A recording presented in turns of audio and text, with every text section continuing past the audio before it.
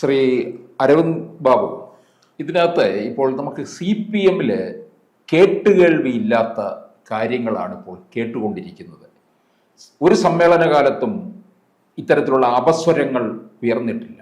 നേതൃത്വത്തെ ചോദ്യം ചെയ്യുകയാണ്.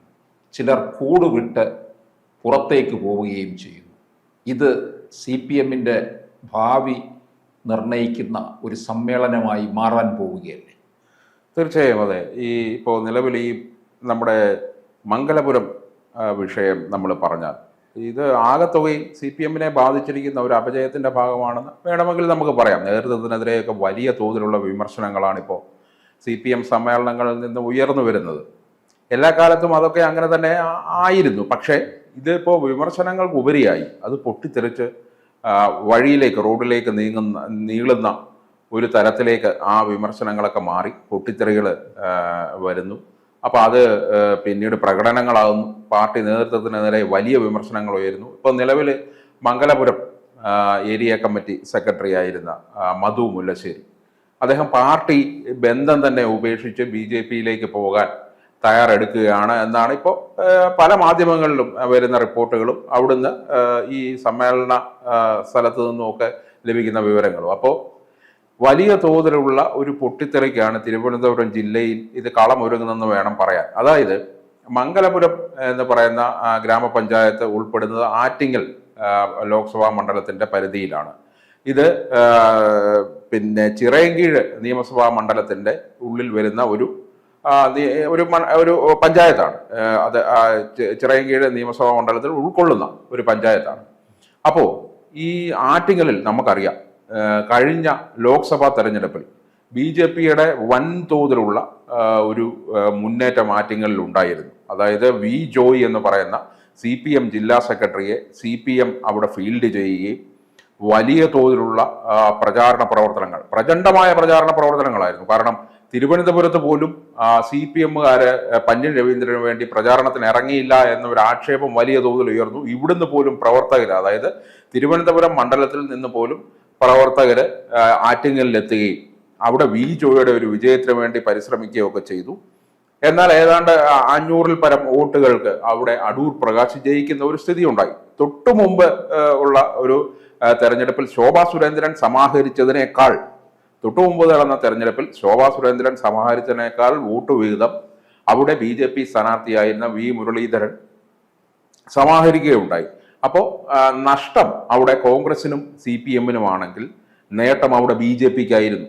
എന്നാൽ 3 പേരും, അതായത് 3 മുന്നണിയുടെ സ്ഥാനാർത്ഥികളും LDF, UDF, NDA മുന്നണികളുടെ സ്ഥാനാർത്ഥികൾ 3 ലക്ഷത്തിൽ പരം വോട്ട് പിടിച്ച ഒരു തെരഞ്ഞെടുപ്പായിരുന്നു ആറ്റിങ്ങലിൽ ഉണ്ടായിരുന്നത്. അതായത് കമ്പോട് കമ്പ് വലിയ മത്സരം നടന്ന ഒരു മണ്ഡലം. അപ്പോൾ അവിടുത്തെ മണ്ഡലത്തിൽ ഉൾക്കൊള്ളുന്ന ഒരു പഞ്ചായത്തിലെ ഏരിയ സെക്രട്ടറിയാണ് മധു മുല്ലശ്ശേരി എന്ന് പറയുന്നത്.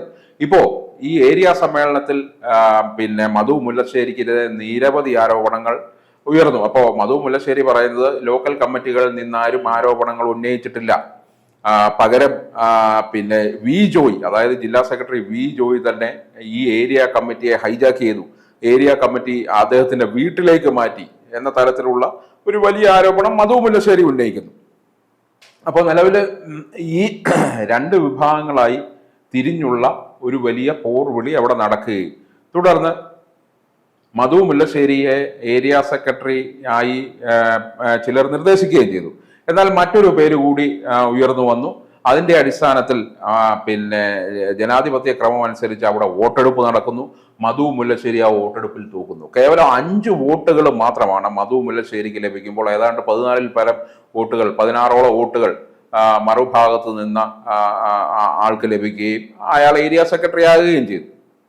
അപ്പോൾ തികച്ചും മധു ഇതിനെ ആരോപിക്കുന്നത് ഇത് വിഭാഗീയ പ്രവർത്തനം, ജോയി ഈ പറയുന്ന പ്രതിനിധികളെ വിഭാഗീയ രീതിയിൽ അദ്ദേഹത്തോട് അടുപ്പിക്കുകയും അതുവഴി മധുവിനെതിരായ ഒരു കരുനീക്കം ജോയിയുടെ ഭാഗത്തു നിന്നുണ്ടാകുകയും ചെയ്തു.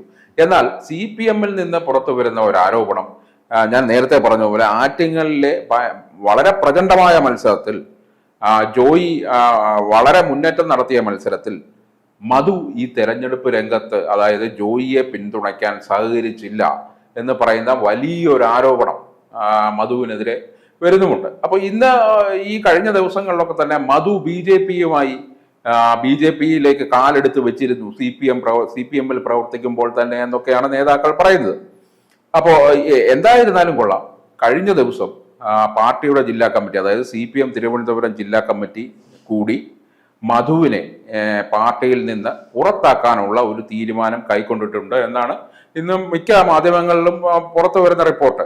അതായത് ഒരു ഏരിയ സമ്മേളനത്തിൽ വിമർശനം ഉന്നയിക്കുകയും അല്ലെങ്കിൽ 2 തവണ ഏരിയ സെക്രട്ടറി ആയിരുന്ന ഒരാളെ മാറ്റാൻ ശ്രമിക്കുകയും ചെയ്തതോടെ മാറ്റാൻ ശ്രമിച്ച ആള് പാർട്ടി വിടുക എന്ന് മാത്രമല്ല, പാർട്ടിക്കെതിരെ തിരിഞ്ഞ് പാർട്ടി ഇന്നോളം സമാഹരിച്ചു വെച്ചിരുന്ന, അതായത് പൊതുജന ബന്ധം അടക്കമുള്ള CPM-ന്റെ വേരുകളുള്ള അവിടെ ഈ പാർട്ടി നേതാക്കളുടെ പിന്നെ അനധികൃത സ്വത്ത് സമ്പാദനം, വഴിവിട്ട പ്രവർത്തനങ്ങൾ ഇതൊക്കെ ഉയർത്തി പാർട്ടിയെ വെല്ലുവിളിക്കുന്ന ഒരു തരത്തിലേക്ക് ഒരു ഏരിയ സെക്രട്ടറി മാറുകയാണ്. അത് നിസ്സാര കാര്യമല്ല.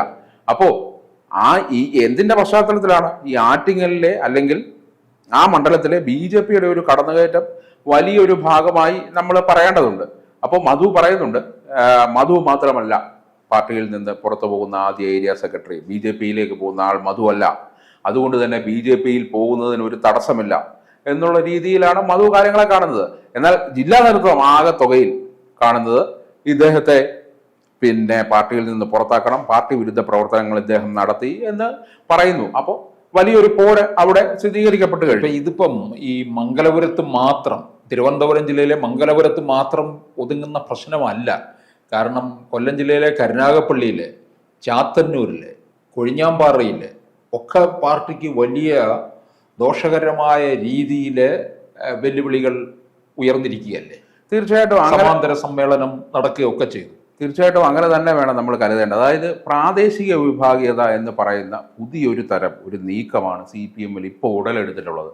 മുമ്പ് നമുക്കറിയാം VS പിണറായി പക്ഷങ്ങൾ വളരെ ചേരിതിരിഞ്ഞ് ഇത്ര ജില്ലാ കമ്മിറ്റികൾ പിണറായിക്കൊപ്പം, ഇത്ര ജില്ലാ കമ്മിറ്റികൾ VS-നൊപ്പം, അതിനൊരു ആശയപരമായ അടിത്തറയും ഒക്കെ ഉണ്ടായിരുന്നു. എന്നാൽ ഇവിടെ അതല്ല, പ്രാദേശികമായി ഉണ്ടാകുന്ന വിഭാഗീയ പ്രവർത്തനം. ഇപ്പോൾ ഒരു ഏരിയ സെക്രട്ടറിയുടെ പ്രവർത്തനം അല്ലെങ്കിൽ ഒരു ജില്ലാ സെക്രട്ടറിയുടെ പ്രവർത്തനം ശരിയല്ല, അദ്ദേഹം വഴിവിട്ട രീതിയിൽ പ്രവർത്തിക്കുന്നു എന്ന് കാട്ടി പാർട്ടിയിലെ ഒരു അംഗമോ അല്ലെങ്കിൽ ഒരു ചുമതല വഹിക്കുന്ന ആളോ പാർട്ടി നേതൃത്വത്തിന് ഒരു പരാതി നൽകുന്നു. കാലാകാലങ്ങളായി CPM അങ്ങനെ സംസ്ഥാന നേതൃത്വത്തിന് ലഭിക്കുന്ന പരാതി താഴെ തട്ടിലേക്ക് വിടുകയും അതേപ്പറ്റിയുള്ള അന്വേഷണം നടത്തുകയും വേണ്ട നടപടികൾ സ്വീകരിക്കുകയും ചെയ്തിരുന്നു. ഇപ്പോൾ നമുക്കൊരു ബെഞ്ച് മാർക്കായി കൊഴിഞ്ഞാമ്പാറ ഇതെടുത്താൽ, അതായത് അവിടെ കോൺഗ്രസ് വിട്ടുവന്ന ഒരാളെ ഒരു ലോക്കൽ സെക്രട്ടറി ആക്കി എന്ന തരത്തിലേക്ക് കാര്യങ്ങൾ നീങ്ങുന്നു. അപ്പോൾ അങ്ങനെ വരുമ്പോൾ ജില്ലാ നേതൃത്വത്തിനെതിരെ, സുരേഷ് ബാബുവിനെതിരെ അവിടെ ചേരിതിരിഞ്ഞ് പിന്നെ പഞ്ചായത്ത് പ്രസിഡന്റ് അടക്കമുള്ളവർ രംഗത്ത് വരുന്നു. അവർ സമാന്തര കൺവെൻഷൻ വിളിക്കുന്നു, സമാന്തര സമ്മേളനം നടത്തുന്നു, അവർ സമാന്തരമായി പാർട്ടി ഓഫീസ് തുറക്കുന്നു.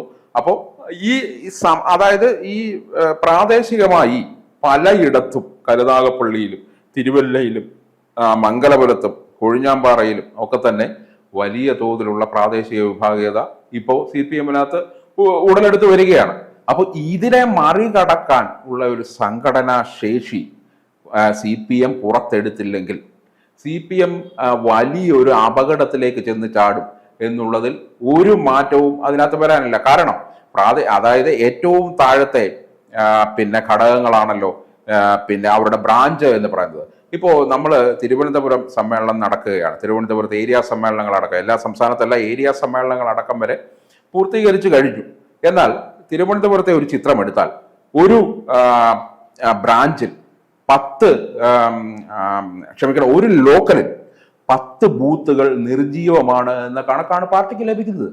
അപ്പോൾ 10 ബൂത്തുകൾ നിർജീവമാണെങ്കിൽ സംസ്ഥാനത്താകെ എടുത്താൽ വലിയ തോതിലുള്ള ഒരു കൊഴിഞ്ഞുപോക്ക് താഴെ തട്ടിൽ CPM നേരിടുന്നുണ്ട്.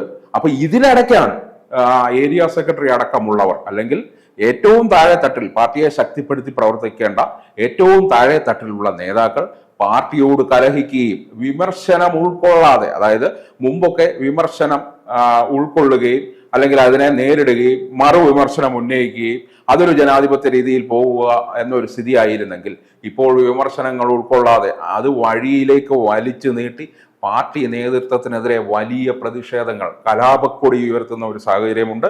അത് CPM അതിനെ വളരെ ഫലപ്രദമായി നേരിട്ടില്ലെങ്കിൽ പാർട്ടിയുടെ ഏറ്റവും അടിത്തട്ട് ശോഷിക്കുകയും അതുവഴി CPM-ന് വലിയൊരു രാഷ്ട്രീയ പ്രഹരം സംസ്ഥാനത്തുണ്ടാവുകയും ചെയ്യും. കൂടുതൽ വാർത്തകളും വിശേഷങ്ങളും നിങ്ങളിലേക്ക് എത്താൻ ABC മലയാളം സബ്സ്ക്രൈബ് ചെയ്യുക, ബെൽ ബട്ടണും അമർത്തുക.